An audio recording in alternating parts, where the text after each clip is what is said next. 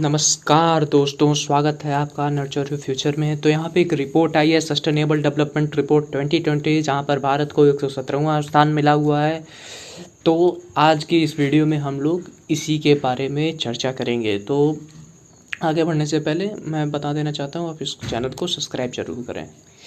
ठीक है, आगे बढ़ते हैं। अब ये देखते हैं कि ये रिपोर्ट क्या कहती है। रिपोर्ट ये कहती है कि जो अभी के गोल्स हैं, सस्टेनेबल डेवलपमेंट गोल्स, जिसे हम लोग SDGs कहते हैं, वो क्या ये देश लोग फॉलो कर रहे हैं। अगर फॉलो कर रहे हैं तो उस हिसाब से वो ये जो रिपोर्ट है वो 100 में से मार्क्स देती है। तो इंडिया को मिला है 61.92 मार्क्स, और इस मार्क्स में स्वीडन ने टॉप किया है और इंडिया का 117वां स्थान आया हुआ है। अभी हम लोग देखेंगे कि कितनी कंट्रीज़ में पार्टिसिपेट करती है। फिलहाल ये रिपोर्ट के बारे में आप ये जानिए कि ये UN के देशों की एक रिपोर्ट है। UN के जितने मेंबर्स हैं उसमें 160 समथिंग्स देश इसमें की रिपोर्ट आई हुई है, जिसमें 117th रैंक है इंडिया की।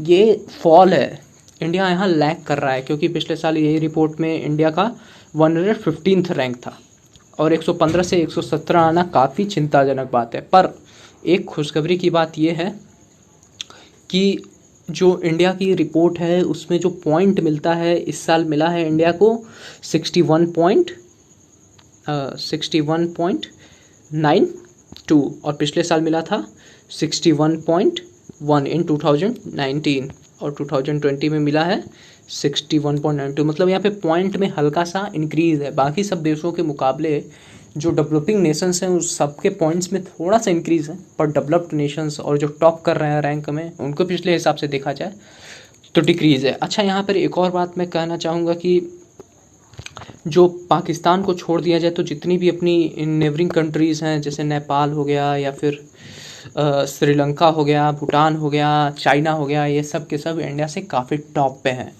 तो ये भी एक थोड़ा सा इंडिया के लिए चिंताजनक बात है। अब ये रिपोर्ट किस बेसिस पे तैयार की जाती है? तो देखा जाता है कि देश में नो पॉवर्टी ज़्यादा होनी चाहिए, हंगर के लिए लोग परेशान ना हो, हेल्थ बढ़िया हो, एजुकेशन बढ़िया हो, जेंडर इक्वालिटी हो।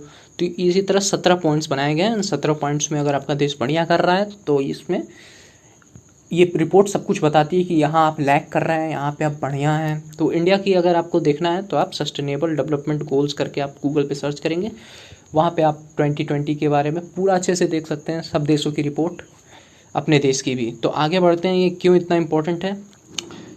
देखिए, UN के जितने भी 193 मेंबर्स हैं उसमें 166 मेंबर्स में से 117वां स्थान आना काफ़ी चिंताजनक है। देखिए, इस रिपोर्ट को एग्ज़ाम पॉइंट ऑफ पर्सपेक्टिव से देखा जाए तो 2019 में डेनमार्क फर्स्ट पे था, इस बार सेकंड पे आ गया है, स्वीडन फर्स्ट पे है इस बार, और फिनलैंड थर्ड पे है। ये रिपोर्ट ये भी बता रही है ट्रेजेक्ट्री अंटिल 2030 में किस तरह का कोविड-19 की वजह से इम्पैक्ट पड़ने वाला है पूरे विश्व स्तर पर।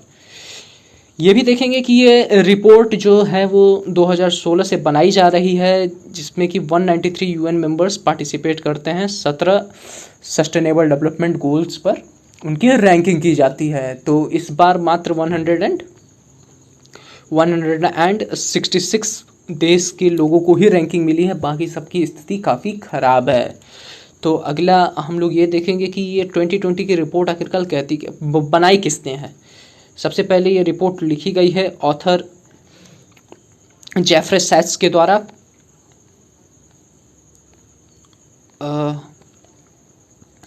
और उनकी टीम है एक sustainable development solution network SDSN, और बैटलेजमन स्टिम्फंग, मतलब एक जर्मनी की ऑर्गेनाइजेशन है। इन तीनों ने मिलकर ये रिपोर्ट को बनाई और पब्लिश किस में की गई है, कैम्ब्रिज यूनिवर्सिटी प्रेस में। ये रिपोर्ट ये दिखाती है कि किस तरह का फ्रेम ऑफ रिकवरी है कोविड-19 के भी इस वजह से, जो सस्टेनेबल डेवलपमेंट में क्या इम्पैक्ट पड़ा है, ये पूरी रिपोर्ट बता रही है। और आगे की क्या प्रोग्रेस होने वाली है कंट्रीज़ पे, ये भी ये रिपोर्ट बताती है। अब ये देखिए कि क्या क्या निगेटिव इम्पैक्ट पड़ा है ड्यू टू कोविड-19, क्योंकि कोविड-19 बहुत चर्चे में चल रहा है, इसलिए जितने भी शुरू के SDGs हैं, मतलब 1 2 3 4 5 में SDG 1 पॉवर्टी बढ़ गई है, हंगर बढ़ गया है, अच्छी हेल्थ और वेलबींग घट गई है, डिसेंट वर्क और इकोनॉमिक ग्रोथ घट गई है, रिड्यूस इन इनइक्वालिटीज़। तो ये काफ़ी चिंताजनक बात है, ये कोविड-19 की वजह से और बढ़ते जा रहा है। और एक और बात देख ली जाए तो इमीडिएट रिलीफ मिला है कोविड-19 की वजह से, पैंडेमिक की वजह से, वो है कि अपने आप रिस्पॉन्सिबल कंजप्शन और प्रोडक्शन बढ़ गया है। क्लाइमेट एक्शन अच्छा हो गया है। क्लाइमेट लाइफ बिलो वाटर, मतलब जो एक्वेटिक एनिमल्स हैं उनका लाइफ अच्छा हो गया है, और कहीं ना कहीं लाइफ ऑन लैंड भी इन्वायरमेंट के बेहतर होने की वजह से बेहतर हो गया है। ठीक है, तो thanks for watching. Please do not forget to like, comment, share and subscribe. धन्यवाद, मिलते हैं अगली वीडियो में।